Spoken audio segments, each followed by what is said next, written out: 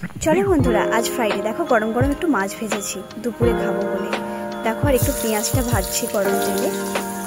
পেঁয়াজটা ভাজা কার কার খেতে ভালো লাগে বলো তো? তাও আর শীতের দুপুরে গরম ভাতে পেঁয়াজ গরম গরম মচমচে বাদামি বাদামি ভাবে ভাজা, তার সাথে যদি কাঁচা লঙ্কা ভাজা হয়, কেমনটা লাগবে বলো তো বন্ধুরা? আর কে কে ভালোবাসো এরকম গরম ভাতে?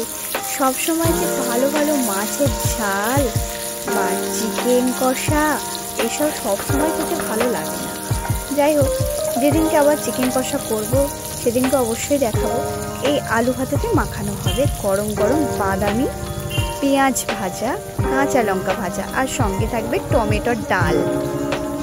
কার কোনটা পছন্দ আমি জানি না, তবে কমেন্টে অবশ্যই জানিও কার কার এই খাবারটা খেতে পছন্দ। অন্তত তাড়াহুড়ো করে যারা অফিস টাইমে অফিস যাবে, স্কুলে যাবে, এই খাবারটা বেস্ট খাবার, তাই না বন্ধুরা?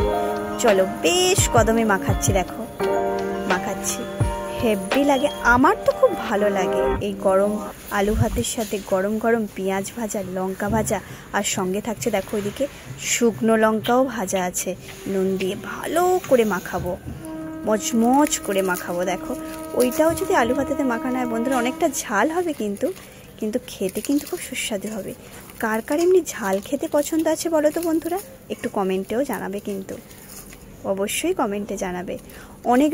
অনেক রকমের পদের রান্না হয়তো আমি করতে পারি না, যতটুকু পারি ততটুকু ছাড়ার আমি চেষ্টা করব। টাটা বন্ধুরা, কার কার খেতে এই খাবারটা পছন্দ অবশ্যই জানাবে।